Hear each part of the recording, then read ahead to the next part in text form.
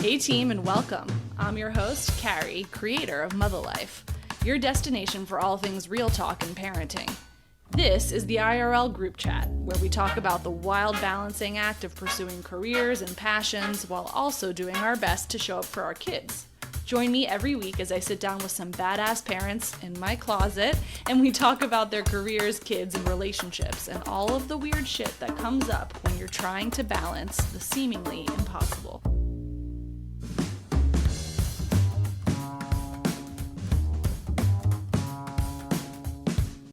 Okay, buckle up. I need to pontificate for a little before we get into today's archival episode. Are you ready? I decided not to go the college professor route, but consider this a guest lecture that nobody asked for. We are in a strange time in human history for very many reasons. We've moved from one kind of homogenization, everyone knowing the same TV commercials and jingles, watching TV shows at the exact same time every week with the rest of the country, to a very different kind of homogenization. Makeup, hair, clothes, beige clothes specifically. In some ways, the democratization of how we consume things has been huge for individuality. People can watch all sorts of programs in all sorts of formats at all sorts of times of day. They're discovering new bands, new creatives, new subgenres of literature. But this great democratization has come at a time where our lives are the most commodified that they've ever been in human history.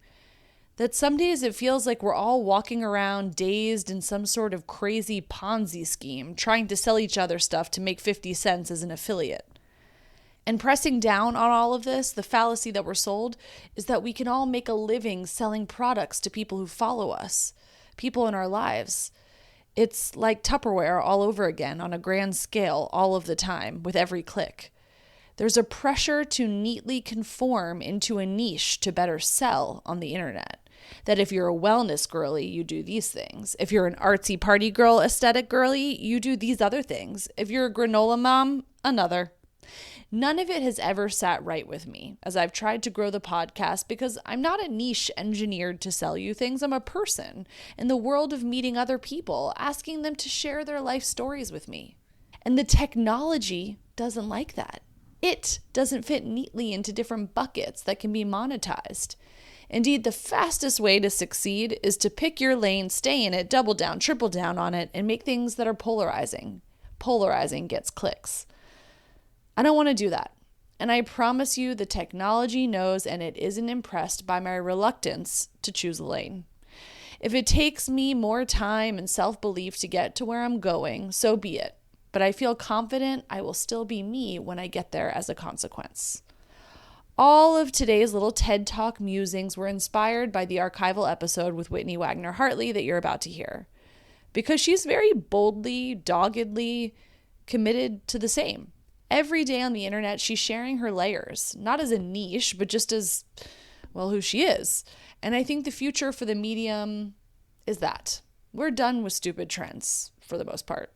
We're done with everything looking the fucking same. And I have a feeling that if you're not there yet, you will be soon, too. Whitney's lived many lives, once a model, then a beauty skincare content creator, now a full-fledged realized human, talking pet spiders, niche hobbies, deep in the weeds on policy issues, and yes, still skincare and beauty. She's going all of the places in her own life to make online life feel a little less beige. And I hope you enjoy. It is such a fun, silly, sprawling episode, and it really is a good time and a good hang. Is there anything up front you don't want to talk about? Nope. Okay. I have to, if anything, keep myself tamed? Yeah. Okay. Yeah. How would you rate yourself on doing that in general? Not great. Well, let's talk about it. I'm gonna be okay. I'll be okay. Okay. If you want to be an angry white woman on here, you can. You can be whoever you want to be in the closet. Until I come out. Until you come out. And then you get to be a whole new person. Correct. Welcome to the closet, Whitney. Thank you. As we've discussed, this is a really important friend date for us. Initially, when I started this podcast, I was like, this is going to be me having conversations with strangers about sort of their parenting and career journey. Okay. Which is totally what it is, but I didn't appreciate, because I'm still new to LA. We've only been here for 4 years. Did not know that. Still view that as new. Okay. Very. I also realized that every time I go into one of these, I'm like, I'm on a friend date right now. The stakes are high for me. It's an audition. It's an audition. So Welcome to LA. thank you. I think I'm wearing deodorant, hopefully. I can't smell you. And and I believe it's a natural one today in honor of you being here. Bold choice I know. for a first friend date. Thank you. You know what? You got to ease into the natural deodorants. You can't just go like straight. I'm cold a turkey. natural deodorant girl. Of course you are. I knew that. I knew Yeah. you were going to be a natural deodorant girl. Yeah. But sometimes I wear the Mitchum because I know if I need to bring out the big Listen. guns. And know thyself. 'Cause- As some Socrates said. Sounds like an old dead Sounds white like guy. a philosopher would say, know thyself. Know thyself and know thy sweat glands. Okay, we have a lot to cover. What's interesting about you, Whitney, is in one way, you are so living your life out large, being so honest and open about how you feel, about how the world is totally fakakta right now. Yeah. And also, if you try and find out anything about you, it's kind of hard. Yeah. You're actually sort of an enigma, a mystery. I like it. I am. I think maybe a little bit on purpose. I could never be that girl. Well, Like, if I take a good poop, I'm texting someone about it. I mean, if you ask anyone who I'm like IRL besties with, I am an oversharer. Okay. So this is just like what I'm broadcasting out. Yeah. I try to sort of peel back a little bit. Yeah. And I think people also don't appreciate that necessarily when you are living your life online professionally. Yeah. Is like you don't actually have access to the whole person. Mm-hmm. They are deciding, and hopefully they are deciding and being discerning about what they're putting into the world. Well, I think I very much am now, and especially now more aware of it because I'm a parent. Yeah. So I think that I would probably be a lot more forthcoming with my personal information if I wasn't thinking all the time at the forefront of my mind about like protecting my child. Yeah. So I think that it's sort of maybe been a good adjustment for me. Yeah. Do people ever recognize you in real life? Yeah. That you don't know? Yeah. What is that experience like for you? I always really like it because it's always really nice women. It's never men. Right. When I first started Instagram, I mean, it was a very long time ago, but I was in a totally different part of my life, and my audience was like overwhelmingly male. And Oh, interesting. I hated it. Is this from the modeling days? Yeah. Okay. So it was like 90% men, and that was gross. And now, you know, it's like Fight the good fight, sister. it's like 95% women now. So if anyone's recognizing me, it's generally a mom. Okay, well then we love that. That's a friendly group. I agree. Yeah. And I'm just like, you go, girl. Yeah. I love it. Okay, well, I'll keep looking for you at the farmer's market. I don't know if you go to that one, but I go to that one. You might see me. Yeah, I got to stop at the Korean, what is it? Like the Dave's Korean. Do you know that guy? Yeah, but we can't go there anymore. Oh no, what happened? Is he not marked safe? Well, no, it just gives you bad farts, Does it? girl. See, I feel like I told you we would talk about poop. That's honestly, I have Crohn's disease. That's very important to me to be Yeah. able to talk about poop. But It's a also, safe space. according to the latest research from Cedars-Sinai, we need more fermented stuff in our diet. I do agree with that.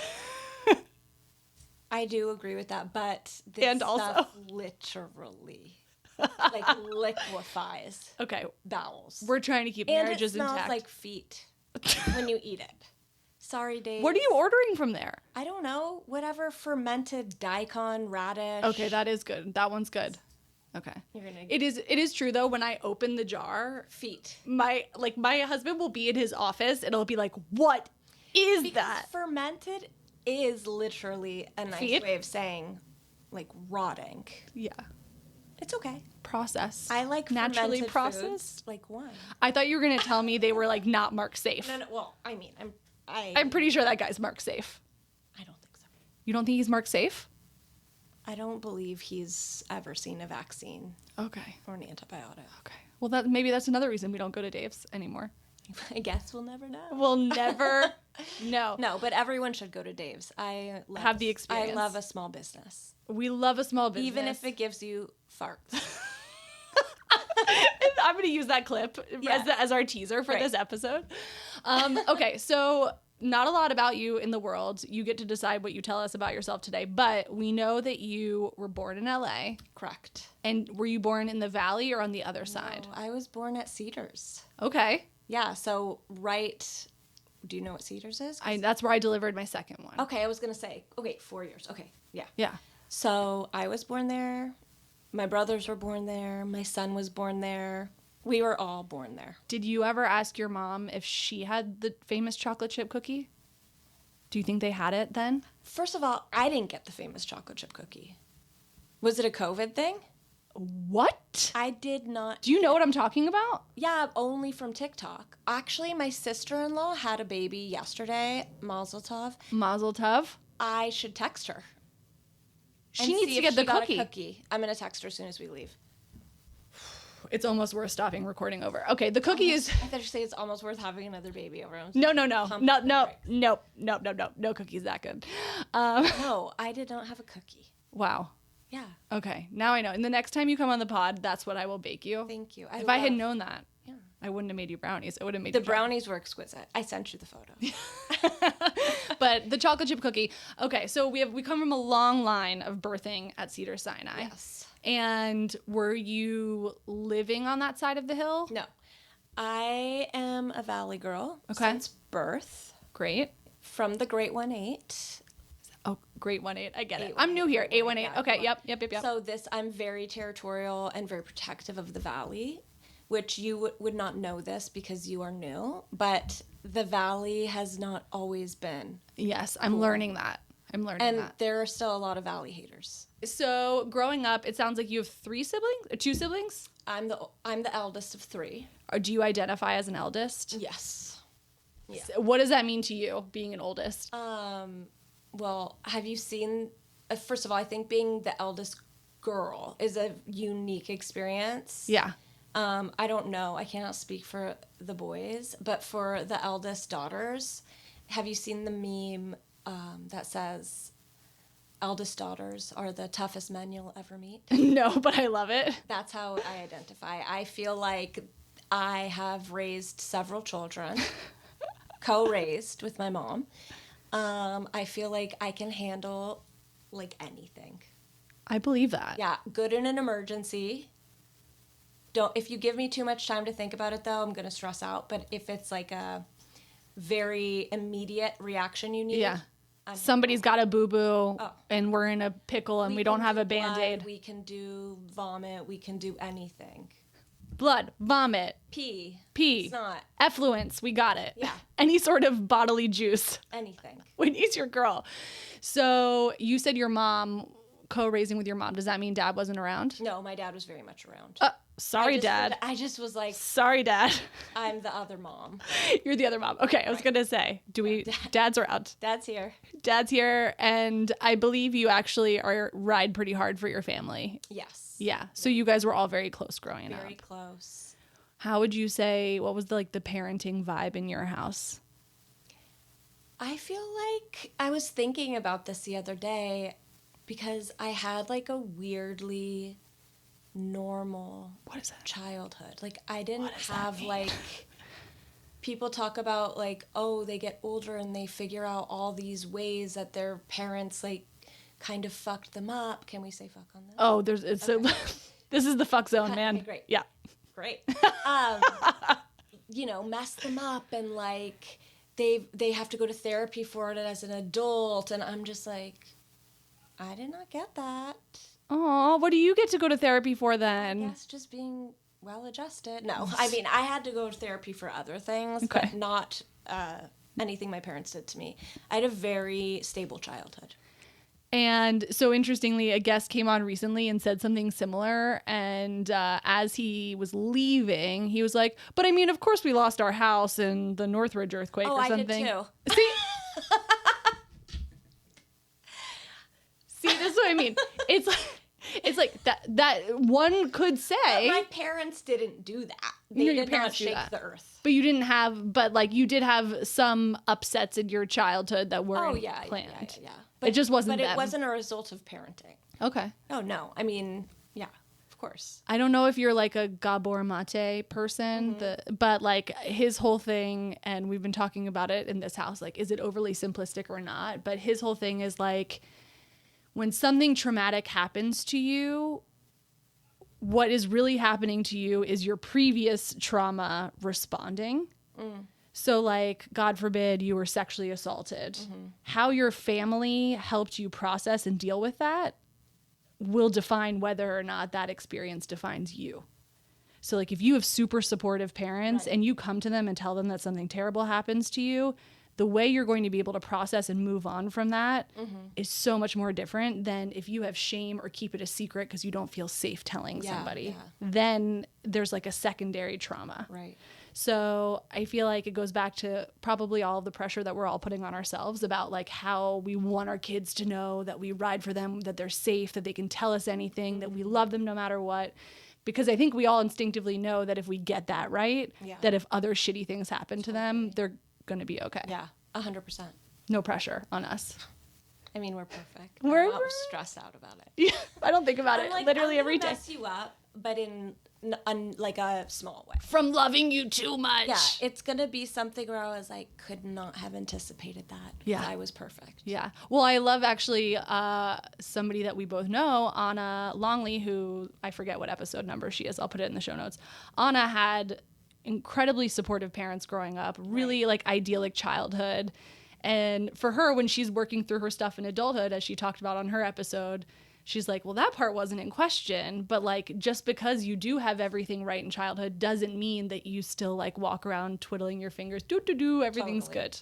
I think we don't realize that. I think we have this expectation growing up that like, okay, if our childhood is good, then our life is good. Yeah. And our childhood and our parents and our family life is one part of a huge puzzle. Yeah. And it's an important part. Yeah. It's like a centerpiece that you'll see if it's missing. And you'll notice it's incomplete, but it's not the only thing. Whole thing. Yeah. So, okay, so for part of your whole thing, so you guys are raised in this unit, you guys, everybody's getting along, you're older sistering everybody, dealing with effluence with your mom and your dad. And what sorts of things are you into as a kid? I was a huge tomboy. I still am. Yeah. Friend date's going well. Swimmingly. Yeah. Growing up, I don't know when I cut my hair. I'm bad with time, but I wanted like a boy haircut. I wanted to wear boy clothes. I wore boxers, like boys' boxers. Yeah. And big t-shirts to school with like Air Jordans. That was kind of a vibe. Like, yeah, but vibe. Maybe like not for 6th grade. Sure. But I was a huge tomboy. I loved bugs. I loved getting dirty. I wanted to ride my bike. There was nothing. I liked reptiles. There was nothing like girly, feminine. Quote unquote. No. I was not a feminine little girl. Like the ones who were Did you have friends that were girls? Yeah. Very, very girly girls. Right. But my energy was so much more masculine. Not boy. Masculine. I'm gonna have to edit that out. Okay, so you still had friends that were girls. Yeah. Because you strike me as somebody who like rides hard for your friends. Yes. And as an adult though, I think that growing up I felt very other from girls my age. I felt like I did not fit in. I was not girly. I was not into the same thing. And that gave me it created a belief in me that I liked boys better. Like I relate more with boys. I'm a girl and most of my friends are boys. Yeah, that was me. That is me. Now I'm like, ew. Yeah. Like, Have you seen boys? Disgusting. Hate men. Like, so as an adult, I'm like, girl power. Yeah. No boys. It's more just like a sample selection issue. Like when we're younger, we just haven't found our girls maybe yet. Totally. Because we only had access to our sample. Yes, exactly. Like in our school, and they sucked sometimes. Yeah. And I will say, Erin, I know you listen to this, one of my best friends since 5th grade. I didn't know you until 5th grade. So we're talking about life before. So I don't want to get a text message. Erin, I love you. Okay?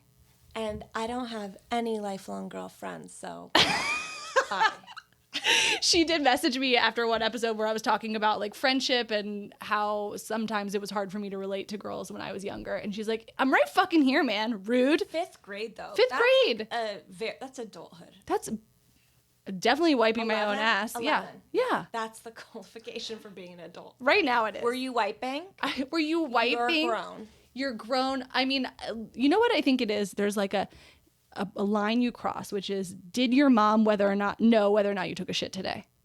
You know, like, do you know when your son has he taken a poop today? Do you still know? Of course I know. Of course you do. And I wipe one day, his ass. and then one day you're gonna wake up and it's gonna have been like a week, and you're gonna be like, I don't know, the last time he took a shit. I'm not sure that's ever gonna happen for me. It might. I don't have a daughter. It might. I feel like my son is gonna tell me forever, or I'm at least gonna say, Did you poop? He's gonna text you from college and be like, Mom, you wouldn't believe this thing. Honestly, yes, because I have a frat boy. Okay. Yeah. But that kind of sounds fun. It is. So you are kind of a tomboy. We're into bugs and dirt. What were you in school? Were you into classes? No. Fuck school. No, I was so bad at school. And was that just because you weren't interested, or was it hard?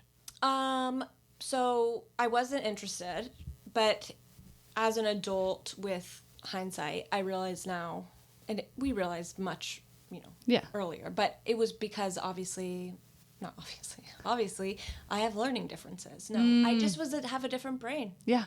I was like, I don't learn like this. This is not for me. Traditional learning I'm 41, so I went to school in the 90s. Yeah. And they did not accommodate for any sort of learning differences. Or know what a lot of them were yet. I mean, they just gave you Ritalin. Yeah.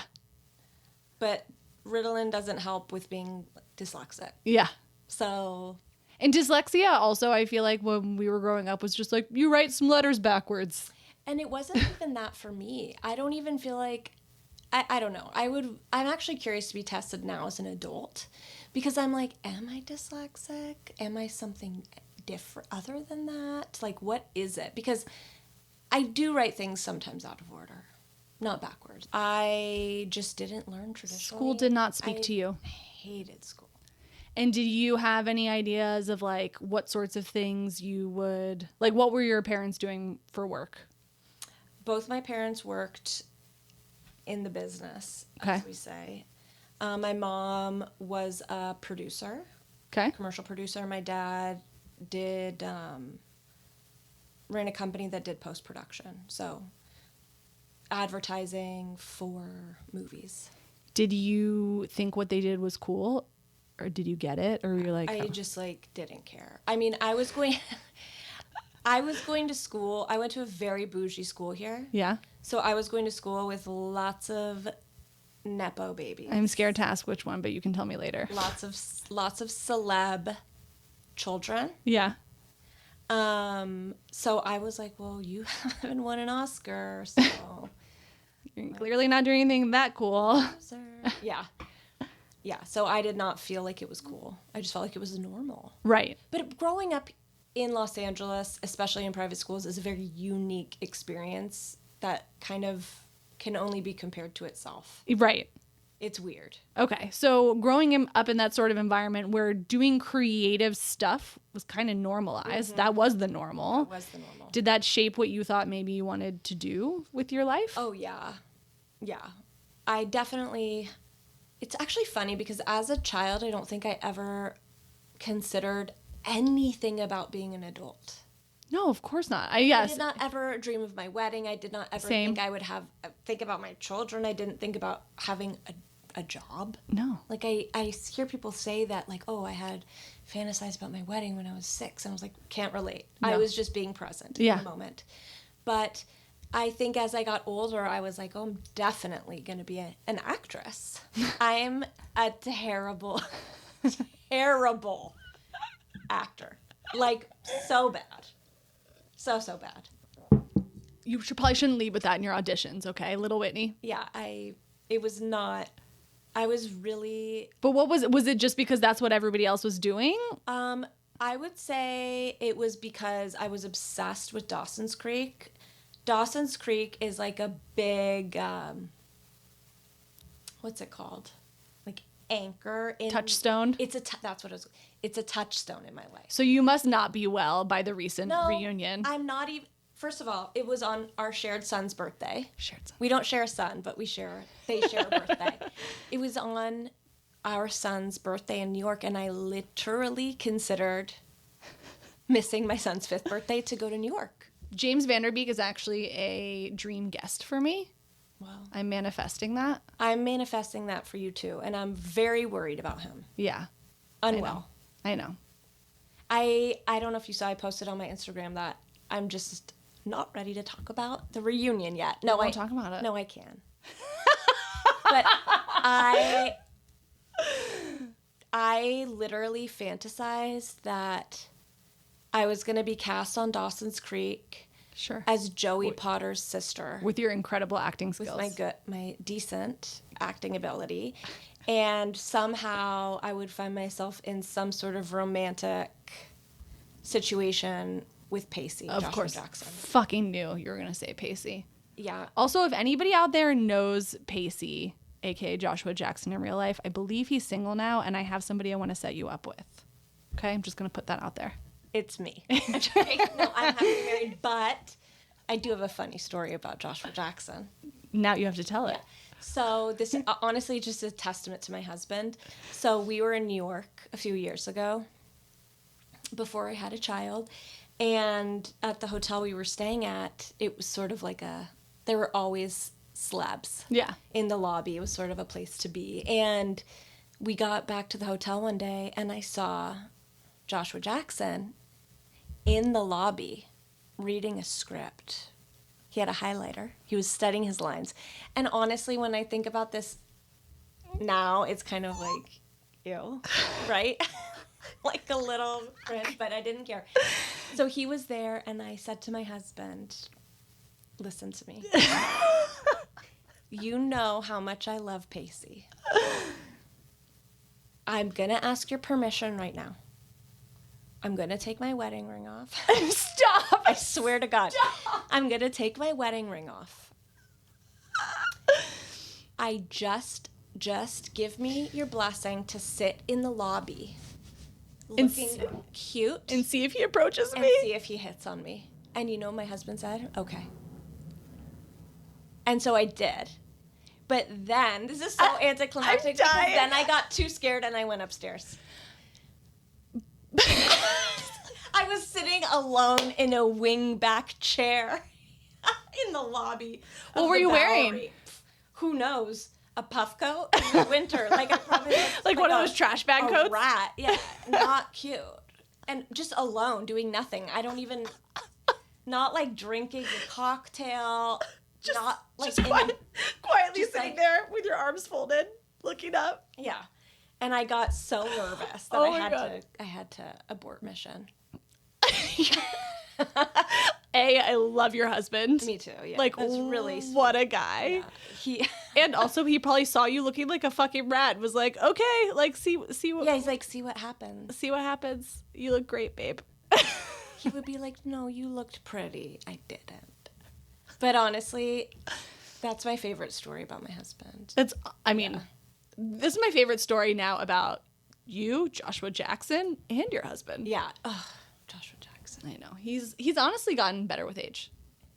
Fine wine. So handsome. It's a fine wine situation. I am hopeful still to this day that he and Katie Holmes can figure out a way to make it work. Don't you think he should date my friend and then you have a shot of hanging out with him sometimes? No, I can't have him in my orbit. Sure. It would be too much of a... Okay. All right. Forget We it. need to have separate lives. Honestly, I don't ever want to meet him. They say don't meet your heroes. Well, or don't crushes. meet your crushes, because I have bad news for you about some of them. Yeah. Yeah. But like kind of. Legitimately.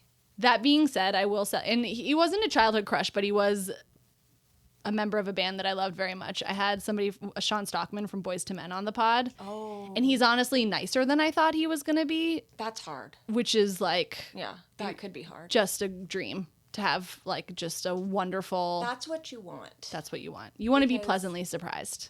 And it's not usually like that.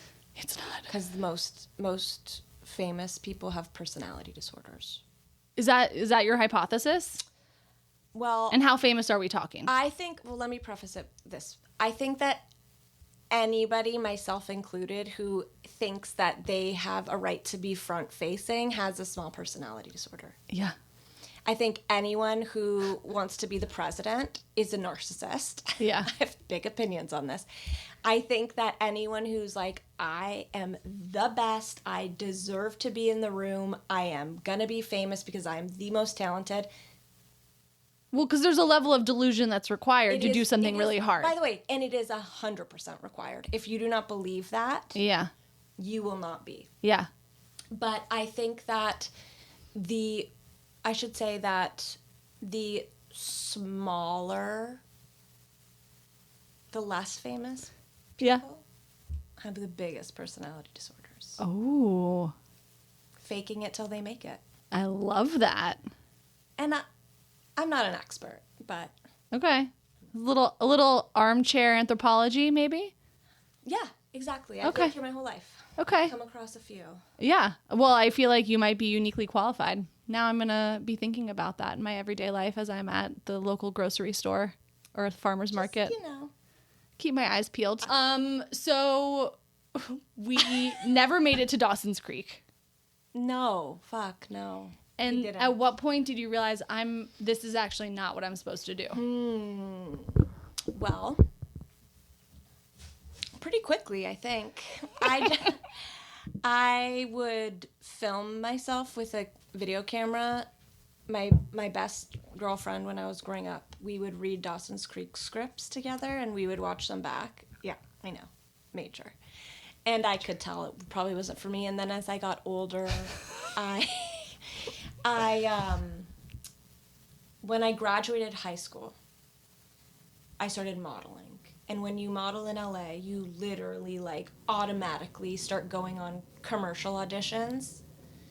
And I could not even do lines for toothpaste. Sure.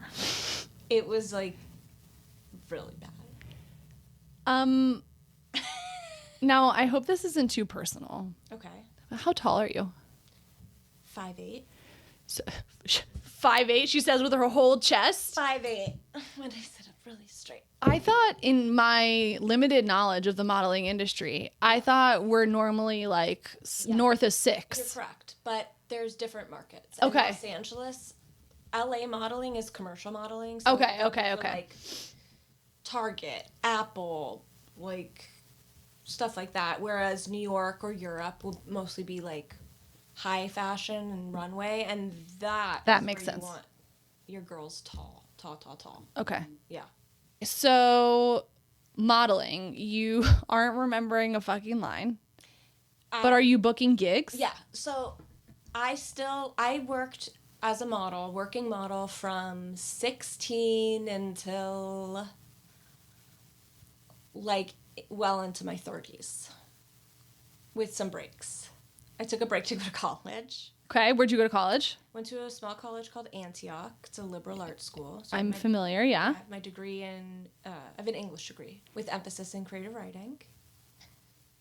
She's using it. An English major. She's using it. And was that just because you felt like it was something you were supposed to do, or you really wanted? No, I was supposed to go to college. Mom. I'm just kidding. Yeah. I went to college because I was supposed to go to college. Got it. So you took a break, you're modeling, and are you loving that experience? Modeling? Yeah.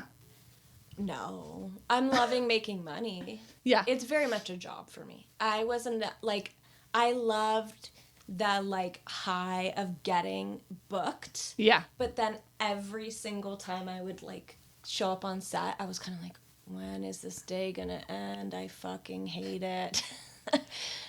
And did you ever receive comments like about your appearance or how you should look, or? Oh yeah. Because that feels like. Honestly, it's interesting. So when I first started modeling as a teenager, I was with a very small boutique agency here in Los Angeles, and they were wonderful. They never said anything. Then I was 29 years old, and I was like, if I'm gonna do this, it's kind of like my last push because I'm aging out. Yeah. Obviously. You ancient crone. Yeah, literally, geriatric model. And I was like, I want to get with a really big agency for my last few years. So I went to Wilhelmina. Iconic As a 29-year-old. And the head of the agency there gave me like a bit of a complex. Yeah. Yeah. So I was older. I was 29 years old when someone first made a comment about my body. Thank God I was 29. I was about to say. 19. Yeah. Thank God. What sort of comment was it? It was so specific. She told me that she told me that not everyone was supposed to wear skinny jeans. And, tell that to a millennial, bitch. Right. I'm like, do you know me? Yeah. Not everyone, it's not the most flattering for everyone. And she did say, listen, if you told anyone this, which I'm telling everyone this, they would say like, I'm crazy, like there's nothing wrong with you. So she like very much acknowledged that it was a nitpick. Very much. But she was like, you need to lose 1/2 inch circumference around your thighs. And I was like, 1/2 inch? 1/2 inch? And now I'm like, that is so negligible. What does that even mean, 1/2 inch? And she's like, so come back in 2 weeks and we'll see if you lost 1/2 inch. So I was like, okay. So it was like my mission. I remember crying because I was like, I'm not going to eat bagels anymore. I was devastated about not having bagels anymore. I feel that. I, by the way, stand by. That's like an important life breakup. Not eating a bagel? Correct. And carbs are my favorite. Yeah. So I was also like, what the fuck does that mean? Like, she's like, so yeah, probably just stop exercising. I'm like, okay, I'm going to stop exercising and stop eating bagels. Great. So someone will deliver me on a gurney in 2 weeks. That'd be perfect. So I honestly cannot even tell you what I did. I think I just stopped eating like dessert and sugar. I don't know. Sounds pretty reasonable. Yeah. And bagels and cake. And I like came back in 2 weeks and I was like ready. And I was like, she's going to look at me and be like, she is so fit. But she just came out and she was like, did you work on like losing that 1/2 inch? And I was like, yes, very hard. She's like, great, you're signed. And I was like, oh, bitch. She didn't even measure your thighs. She just wanted to see if you were dedicated. Yeah, she wanted to see if I would listen to what she told me and follow directions. And I did, like a good little soldier. So. But then you got your contract, baby. I got my contract. And did that, was that a transformative sort of thing or not that much of a needle move? It was. Like, it definitely took me to another level in terms of my income. Yeah. And I was like very much a busy working model, which in LA is really something to be proud of. And I also, despite the fact that I was a terrible actor, booked a lot of commercials because I didn't have lines. So were you just like lines? Yeah, I did like a hair commercial. Hair, yeah, exactly. Hair, like all sorts of things. So I had health insurance. That's a big deal. Yeah. So I consider myself a success story in terms of working model actor. But also very like strategic to be like, I know I have this much time. I'm going to milk this for what. And then did you have a plan B of what happens after the cliff? No. And I've never had a plan. Ever. I love that. I love that about you. Yeah. Now, the best laid plans, you know? Yeah. Now, where does your husband enter the picture? I met my husband in high school. Oh my God. I honestly was not expecting that. Yes. So he was at the Bouge Bouge High School too? No. Okay. This is a very complicated. Was he on the other side of the tracks? Yeah, in Idaho. I was going to ask you what the deal is with Idaho. Okay, so my husband is from Idaho. Did you meet him on AIM? Sorry, go ahead. Tell me. No, I met him IRL. Okay. In Idaho, though. Okay. So I always spent my summers in Idaho. Yeah. Very random, but it is what it is. No, it's supposed to be beautiful, like Sun Valley or whatever. Yeah, correct. Okay. So I had an across the street neighbor in Idaho, this boy, and he was my best friend. Mm-hmm. It's not my husband. Okay, it's still cute. So far, everything's cute about very this. Cute. Yeah. So It's giving Hallmark. Go ahead. It really is. So I would always look through his yearbooks. And I obviously would look at the boys, whatever. And I picked my husband out of the yearbook. And I was like, who's this? And he's like, that's Travis. And I was like, oh, I want to meet him. So the summer went on. And he would be like, look, Travis is over there. Let's go say hi. And I'm like, no way, no way, no way. I tried to just avoid him because it was just like a made up thing in my head. Right. It was Yeah. I wasn't being serious. And then finally, one evening, I met him in real life at an ice cream shop. Oh, come on. No, it's just good. And honestly, I'm probably doing this story a disservice because he's the one who tells this story much better than I do. But I finally met him and we were introduced. And he was eating ice cream. And he asked me if I wanted some. And you were the wanted cherry a on bite. top? I don't know. He's like, do you want a bite? And I was like, I don't like ice cream. And What kind of fucking answer is that? I don't like ice cream. Is that true? Yeah. Wow. Yeah. I mean, I don't really So sue me. take or leave it. It's just a really hot take I don't to like bring to a ice- summer yeah. day in Idaho. Okay. And I think it was mint chocolate chip, so I especially don't fuck with that. No. So he asked me if I wanted a bite of ice cream, and I said no. And he drove a 53 Chevy Bel Air, a two-tone green. And I said, is that your car? And he said, yeah. I said, can I drive it? And he said, if you can start it, you can drive it. And by the way, I did not have my driver's license, and I did not start the car. Why'd you want to drive it, Whitney? You were just trying to be cool? I was trying to be cute, yeah. So that's our origin story. It's absurdly cute. And so then were you just pen pals? Yeah, basically. Then you were talking on AIM? Yeah, we did a lot of AIMing, and long distance phone calls. And then you would see each other every summer? Yeah. Well, yeah. Ish. Yeah. It's very long. It's a long and circuitous tale. It is. But it ends with you guys being together. Correct. And having a 5-year-old. And so what was it about this guy long term that you were like, this is my person that I really want to be with forever? What were the green flags? Oh, he's so nice. Obviously, He the offered you Joshua his ice Jackson cream. story and offering my ice cream. What those two stories tell us is Confident. that he's confident and kind. He's so kind. He's confident. He's super creative. He's very, very talented, but also I'm not going to say he's my better half because, Yeah. But he's the nicer half. He's just so kind and friendly and generous. And I'm kind of more low-key bitch.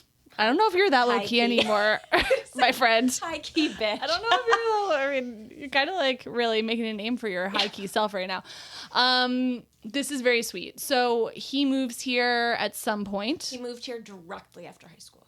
And Because he was gonna be in a band. He was Okay. gonna be a famous of course, personality disorder. weren't we all?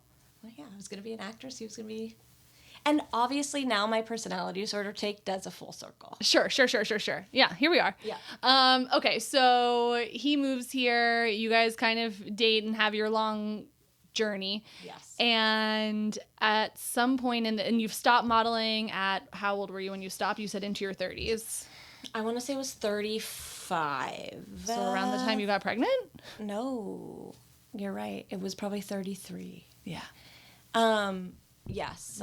Did that inform that, or was that just kind of a natural conclusion? I was very much like aware that like, okay, I'm going to have to, I don't think I was thinking like I'm going to have to quit modeling. I was going to have to shift gears. I definitely was like, I'm going to model through my pregnancy because there's a market for that. A big one. Yeah. And you make a lot of money because it's a very short window where you're like actually able to work. And yeah. There's a very limited pool of people who are pregnant. Yeah. And models. So then, of course, COVID happened and I didn't get to do it. Mm-hmm.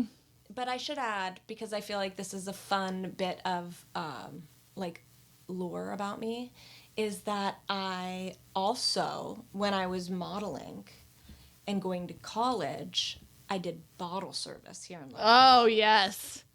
So that is like, if you really want the full picture. Now, the bottle service girls, so I worked briefly in hospitality in New York as like a hostess. And the bottle service girls were always deeply intimidating to me. Yeah. Because there's like a kind of confidence you have to have to basically, to like, you know, Hustle. People.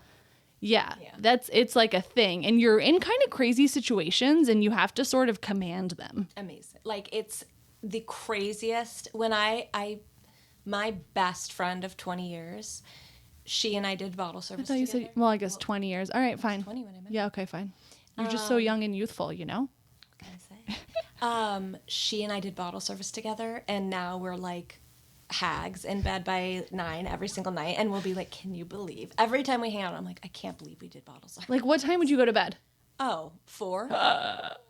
I say, like, in college, I would be like, I'm pulling an all-nighter, and I would be up till 12.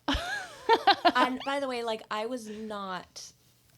it went against everything in me to stay up like that. I knew that, but... The money is crazy, right? Yeah, girl. I was making 6 figures cash every week. Every week? I was a multi-millionaire. No, I was making, like, multiple thousands of dollars a week in cash. It's crazy. Yeah. Wow. It's not like that anymore, but it was... Do you watch any reality TV? Yeah. I feel like there's always a couple bottle service girls thrown in to really any situation, and I think they're there to stir shit up. They all, at every job I worked at, they always had someone, like a showrunner, who was trying to pitch a reality show around bottle service. Yes. But the problem is that, like, all the clients... No, yeah. No, of course not. There's, like, way too many, like, powerful, famous people doing scandalous things. Okay, so you're hustling through, COVID happens at the same time that you're kind of like thinking that your off-ramp is coming to an end with modeling anyway. Yeah. When does the Instagram stuff start for you? Before that? Yeah, I'd been doing Instagram prior, but in terms of like actually being vocally like a bitch, no. I feel like opinionated and sort of like... Because you started more like skincare. Yes, oh my God, I very much started very safe. I was going to be wellness girl. Yeah, sure. LOL.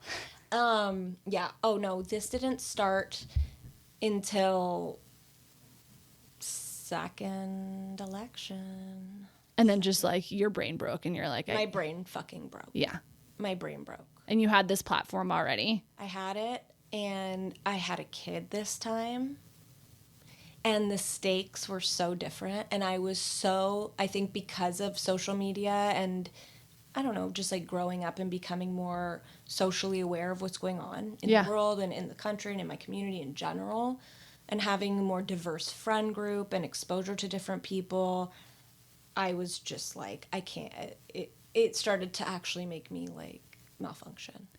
And how have you found the reception? I mean, you mentioned like you found loads of people who in the wild who are like, you go girl, fight the power, all this. But I mean, I am like a baby in this universe now, just kind of starting to put myself and my perspective out slowly. And I'm like, immediately you get gnarly stuff. Yeah. How like, how is that for you when you get like a trolley sort of comment? Do you have armor, or does it get, I'm a people pleaser, so it's hard for me to, and I know they're wrong, but it's still hard for me. It's hard. My instinct is I did something wrong. Well, you can't please them all. You can't. That's one. Two, I would say like 95% of the time, I don't care. Yeah. Like, genuinely don't Suck care. a dick. Literally. Yeah. I'm like, it bothers people who care about me more than it bothers me. Yeah, that was going to be my next question. Yeah, but I don't care. Now, the caveat to that is, if anything is even remotely targeting my child, I go insane. Yeah. So I learned very quickly that anything that I do that has any even implied political undertones cannot have my kid in it. Cannot have my child anywhere near it. Yeah. Because, first of all, it's just not fair to him. He's not asking to do it, but I can't take it. Yeah. Like, that makes me, rageful. And were you always, like, did you grow up in a political house? Did you grow up with activist sort of parents? Yeah. My mom is, like, has always been an activist. My parents both, my mom would say she was a flower child, not a hippie, a flower child. Sure. Distinction. She grew up in Northern California, and my parents, were coming of age around the time of Vietnam. Yeah.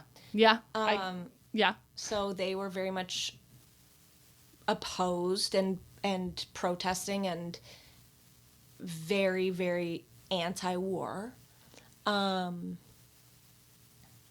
So I think it's in my blood. And my mom's told me since, especially now as I've gotten more active and vocal, we come from a long line of protesting women on my mom's side. I love that. So this is just in my blood. My dad is, both my parents are incredibly smart and well-informed and know so much more about history and policy and politics and everything. I don't know 10% of what they know, so. But I think, like, one of the reasons why I think people are drawn to some of the stuff that you post is it is pretty accessible. It's not, like, in the weeds. Yeah. And you're not, like, dumbing stuff down, but you are explaining it in a way that people who might not be policy experts can relate to. I think that that's important because I think, and this is not just my unique opinion, but I think that one of the big problems in the last election was that our side, Democrats, spoke over people's heads. It wasn't dumbed down enough. Yeah. It was too heady and complicated for people to understand. It's like, no, you're not getting it. We can't afford our house and our car and our food. And it would be like this very complicated solution to that problem where what people needed to hear was like, we're going to make it so you can afford your groceries. Yes. Yeah. So there's a need for it to be explained in the most simplistic way. Yeah, because and it's not that people are dumb, it's that they don't have time to, like, engage. Everyone's also really fucking complicated. Yeah, totally. It's so difficult and weird to understand politics. Yeah, I did a whole PhD on it, and I still don't understand. Sometimes I'm just like, what the fuck does this mean? Now, what do you think, like, I feel like there's a lot going on in the world right now, and, not a political pod, we don't have to go too deep into it, but one of the things that I think has been really challenging is this, like, feeling that there's almost a, like, this could be said of the right, I'm sure, I just don't have the awareness of what the culture on the right is right now, but on the left, I can certainly say there's a little bit more of, like, a competition of, like, who's the best liberal, and it's like, it's exhausting, and it also doesn't make any sense. Instead of constantly just shitting on the stuff that respective people care about, can we just focus on, like, the end basic goals rather than eating each other? Well, it's interesting, too, because something that I really appreciate about social media is also something that's very hard about it, is just like the access to people. It can be exhausting, but also I can honestly say that I've had really helpful and illuminating conversations with people who on our face, like, we don't agree. Yeah. Like, someone will, for example, I had a conversation several years ago regarding gun control with someone, and they were vehemently opposed to what I was saying. Yeah. But they talked to me. And they were respectful.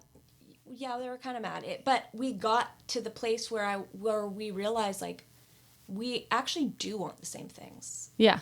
We want our children to be safe. We want to be safe. We want these things purchased legally and correctly. So there are so many more similarities than there are differences, especially at the core issues. Like, at our core, what we have, our beliefs are the same where it's important. Yeah. We're just disagreeing on probably just the verbiage around Yeah. it. Yeah. The package it's being dressed up in. Yeah. And so even now, with people who, for example, like the one that is the hottest issue at the moment, well, now would be Tylenol, but let's say vaccines, right? I have a lot of empathy because I can understand that a parent who chooses not to vaccinate their child is doing so for the exact same reason that you're I vaccinating choose your to child. Vaccinate my child. Yeah. And that comes from a deep love of their child and wanting to do what's right for them. Yeah. And so we just have to get so much better about how we convey information to people and to one another, because our core belief system is the same. Yeah. And so, I don't know. That's one thing that kind of gives me hope. I'll take that. There's a lot of things to feel hopeless about, but I think that we are missing each other on the core issues. Yeah. When they're actually exactly the same. I love that. Yeah. I love that. And that is hopeful. Yeah. Now, for you, since you've started being more vocal in your political beliefs, like, you are a working woman, your Instagram presence is your business. I mean, I don't know. Do you do other channels besides that, or is in the Substack? Yeah, I have a TikTok, but it's mainly Instagram, right? And like, what people need to appreciate is, like, that is your job. Yeah. And you get paid to, I don't know, do sponsored posts or have collaborations, partnerships. Have you noticed that has changed as a consequence? Yes. Yeah. Yes. Unfortunately. I'm sad about it, but yeah. And are brands saying, like, we can't work with you because of this, or they're just dropping off? They're just dropping off. And it's sad.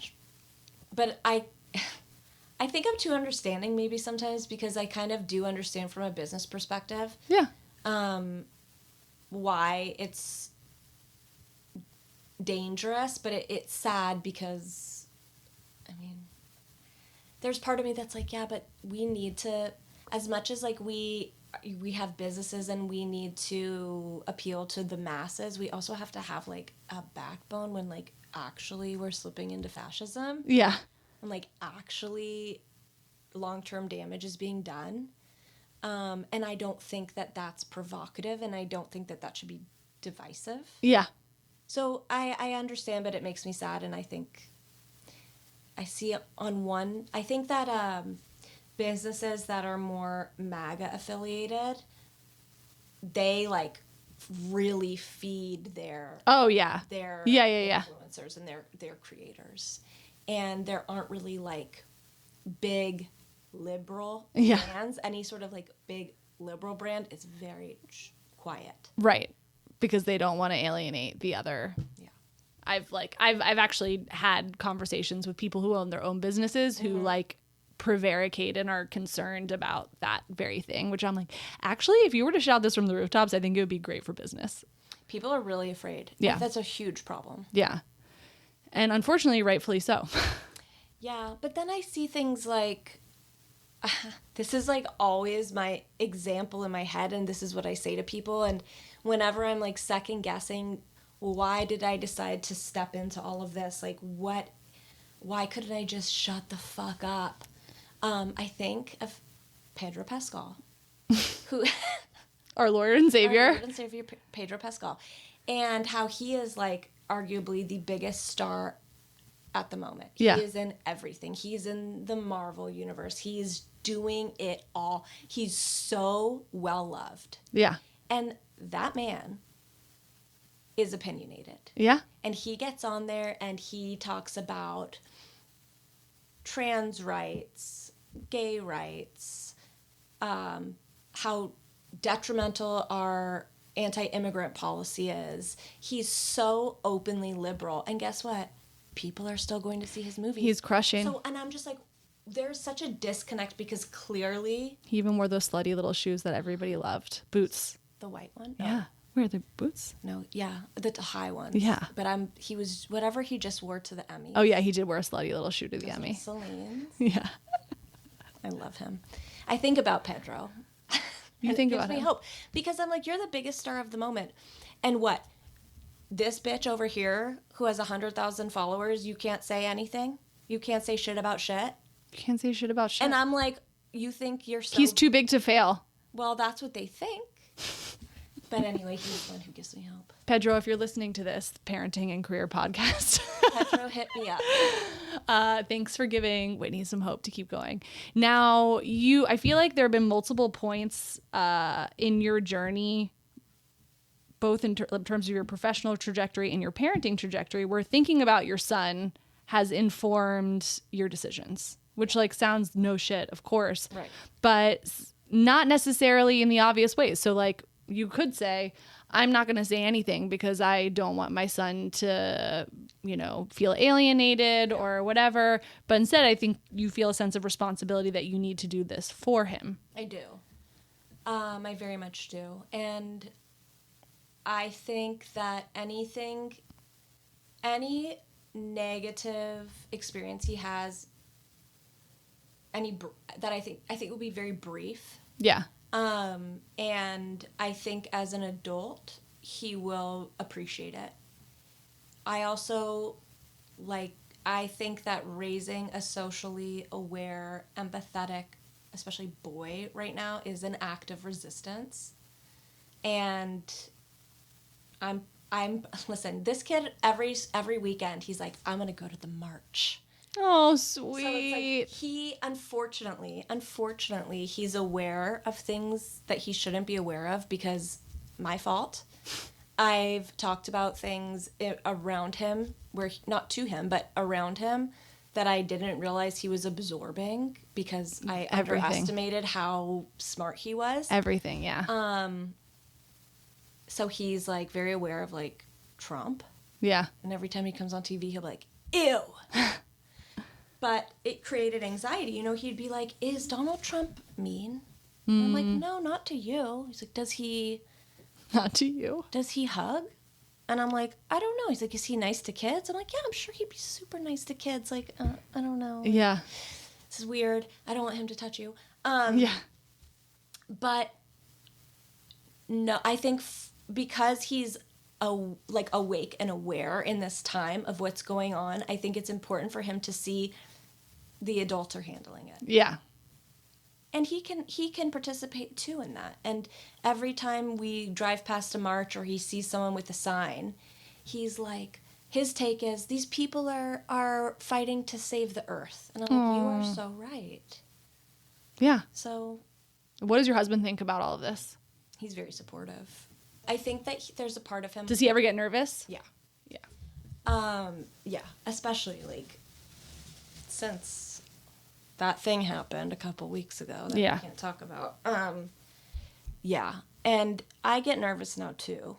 I had a parent come up to me at a birthday party and say, he said a really nice, caring way, but essentially hey, just make sure that when you post things on Instagram, you're never, it wasn't about his kid, Yeah. just my personal life, that you never do it in real time.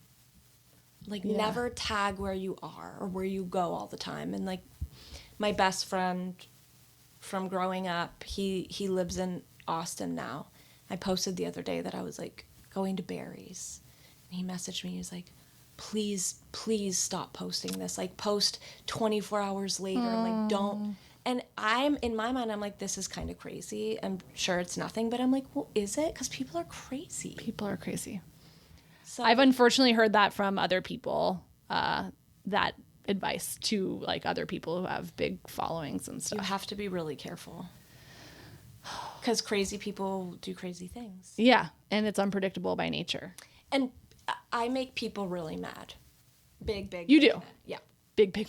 Yeah. Yeah. And there's certain people who I make really angry. Now, when you are at home and phone's down, you're just hanging out at home, are you also just like pacing around your living room ranting about this stuff? No. Or is Instagram kind of become an outlet for you? Exactly that.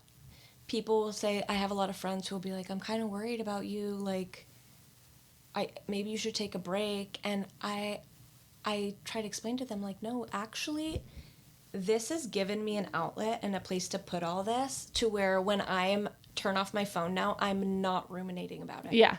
It's done. You said your piece and now you can... I did my job. I said my piece. I got it out, and I'm not stewing. Now, obviously, there's things that are like so unbelievable that I think about them later, but most of the time, this has been like a very helpful outlet for me. Now, I want to talk a little bit about Marked Safe. Oh. And the genesis of it, because it's so smart, it's so simple, because you know, we can't all be everything in terms of, regardless of where you are in the political spectrum. If you see the world on fire in some way, you hopefully think, how can I help, how can I contribute? Yeah. And you came from this wellness background, this skincare background, and you're thinking, okay, well, this is something I know a little bit about. I'm not on board with Maha. I don't think that's helping anybody. So I can marry these two things together and see who's aligned with me. Right? Yeah.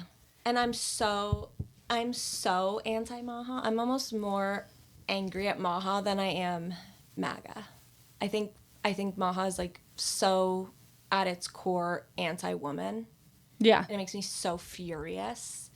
But yeah, so I decided it was honestly like, I did not think about it. I just got on and ran my mouth. But I decided to start marking brands that I use safe, because I don't want to support companies and people who are voting against our interests and putting money against our interests and the interest of the free world, kind of, you know, and just the free world. Just the free world is all.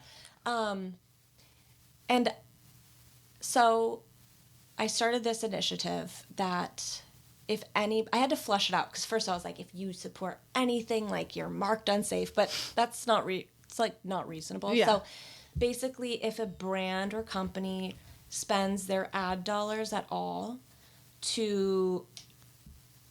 if they spend their ad dollars supporting creators who are MAGA or Maha, and those creators are spreading disinformation. Now, I don't care what you are privately. Yeah.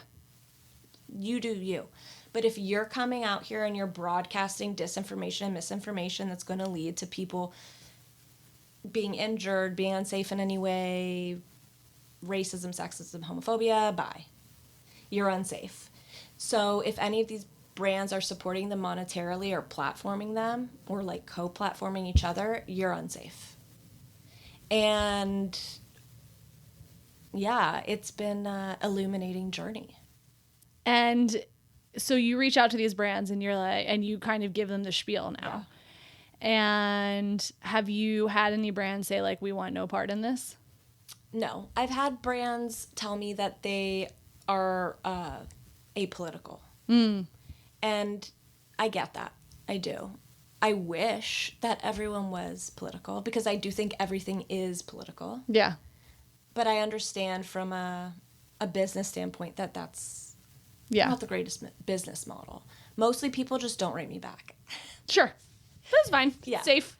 But I mean, listen, because of the internet these days, I can pretty much I can make some educated guesses as to what your affiliations are based on who you follow, who you partner with, who they follow, who, you know, there's a big paper trail on Instagram and TikTok I love it. You're like a little Harriet the I Spy. was literally gonna say that. Boop. So Just sleuthing on the internet.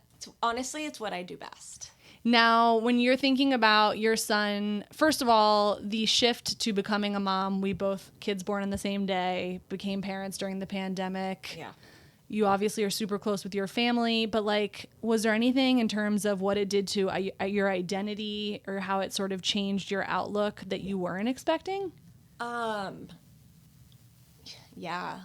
I mean, it made me, gosh, I feel like becoming a parent is like putting on glasses that allow you to see like the full color spectrum that our eyes, like our rods and cones aren't able to see. It opened up the world so much to me. I think it's why I care so much more now about the world and what he is going to inherit. And honestly, everyone's child. Like, I became like the mother to all. Like, I take a personal responsibility to every child now since becoming a mom. Was there anything that you like mourned or were sad about? Yes. Oh my God. I fully feel like I lost my old identity for years after. I mean, I feel like you and I had a unique experience, and every parent who became a parent over COVID, because one day, very early in our pregnancy, the world just shut down. Yeah. So like jobs became different, our day-to-day life became different, everything became different. We became very like secluded. Doctor's appointments, everything. Totally. And so we didn't just lose our identity because we were becoming parents. We lost our identity along with everyone else, and then on top of that became parents. So I think it was like, I honestly don't know if I'm ever going to be able to like give that enough like space to step back and see it. I think it would be too traumatizing and sad. No, I feel that way all the time now with my daughter. Yeah. With the second one, because I'm like, oh my God, you're getting such a calmer version of me. Yeah. And also she's just the second, so I know that is part of the thing anyway, but also just like you're being socialized so differently. You're having these experiences, like I'm taking you to restaurants and like sitting, just all of this indoors. stuff. Yeah, just like all of this stuff that he didn't get. I know. And so sometimes I do feel sad. I mean, yeah, I just feel sad for him crazy. because I'm like, you got such a more uptight version. And you're still my guinea pig. I'm still figuring out stuff with you. Totally. I mean, I'm sure same as you, we like labored with a mask on. Yeah. Oh, yeah. I was just looking. I'm sure we were both looking at our pictures. Yeah. The first time I saw him, I had a mask on. And the first time he saw me, I had a mask on. The first time he met my parents and my brothers, everyone had masks on. And he didn't meet my best friend until he was like 4 months old. And like as I said earlier, my brother and sister-in-law had a baby yesterday. And like I hadn't been back to Cedars since then. Wow. And so getting to even go into the room is like insane. Crazy. So crazy. Yeah. And that's just sometimes I'm like, I'm very happy having one child. But sometimes I think like, if I were to ever do it again, I wonder if it would be very cathartic. Yeah. For me, it was. Like a gift to myself to be like, hey, this is actually like what it was supposed to be. Yeah. I think we got fucked. We got fucked. We got the raw end of the deal for sure. And I for me, it was definitely a healing experience being able to do it again. But again, that's also just, it's hard to know how much of that is that and how much of it's just like having a second kid. Yeah, but even just to be able to like go out while you're pregnant and wash your groceries. Ugh. I don't know if you washed your groceries. We were like Lysoling the outside of bags in each individual container, jar of tomato sauce. We gotta wipe the outside. I paid someone like $200 to go to Trader Joe's in the panda. I swear to God. It was a crazy, unhinged time. We had like so much food in our freezer. I don't know what we were thinking. Yeah, you didn't know what to think. We didn't know, and we thought, and also like we legitimately thought we would die. Yeah. Yeah. I remember people, and nobody will understand that who comes up behind us, that like the fear that we had about like, I literally fell down the stairs when I was like at least in my second trimester, maybe more. Go to the hospital. They told me not to go in. Yeah. Because they were just like, you're probably safer at home dealing with falling down the stairs than coming in. Yep. Insane. Crazy. He was fine, I think. Still TBD. Now, okay, you have a self-proclaimed frat boy on your hands, future frat boy. I do. But you're also like, I gotta raise a kind, empathetic, understanding king. Yes. Are there things that he ever does that are like sort of triggering to you because you're just like, oh, like don't be a boy? He's so funny because I feel like he's a really good masculine feminine energy balance, because there's certain, like, he loves to play Anna and Elsa with me, where he's Elsa and I'm Anna, but then like he burps the loudest burp and is playing like with his penis. Sure. Like, of course. So it's just like the best friend he'll ever had. Takes the biggest shit. Yeah. You know? So it's, as like a woman, I'm like, oh my God, gross. You're such a gross boy already. Yeah. But he's got the right stuff mixed in that I think we're going to be okay. And how much in terms of like division of labor? Because does your husband work from home also? Mm-hmm. How do you guys sort of like divide up who does what? Well, my job, I'm much more like self-employed, where he is like, he works at home, but he has... There's a man he has that deadlines. He reports like, to. He's got things he's got to do. So I would say, like, he would admit I am the default parent. Yeah. But when he is able to, he is doing it all. Yeah. Like, since the day my son was born, I didn't breastfeed. I did formula from the get. And my husband did every other feeding. He alternated every feeding. We alternate every morning who gets up and who can lay in bed until 7:45. So, like, we are still... 7:45? Yeah, I know. A dream. I know. What is that? Every other day, I lay in bed, and he brings me coffee in bed. You know what? I'm going to have to edit this out because it's just going to make people mad. I know. But that honestly might be the most incendiary thing you've said today. I know, right? I lay in bed till 7:45 on TikTok. Every other day. Every other day. Unbelievable.